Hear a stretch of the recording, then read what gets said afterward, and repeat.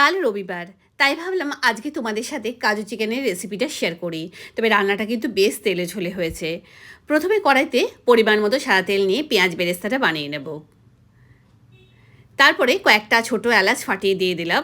এবার chicken curry কাট দিয়ে high ফ্লেমে রান্না করব মিনিট 8 মতো। এর মধ্যে দিয়ে দেবো হলো স্বাদ মতো নুন।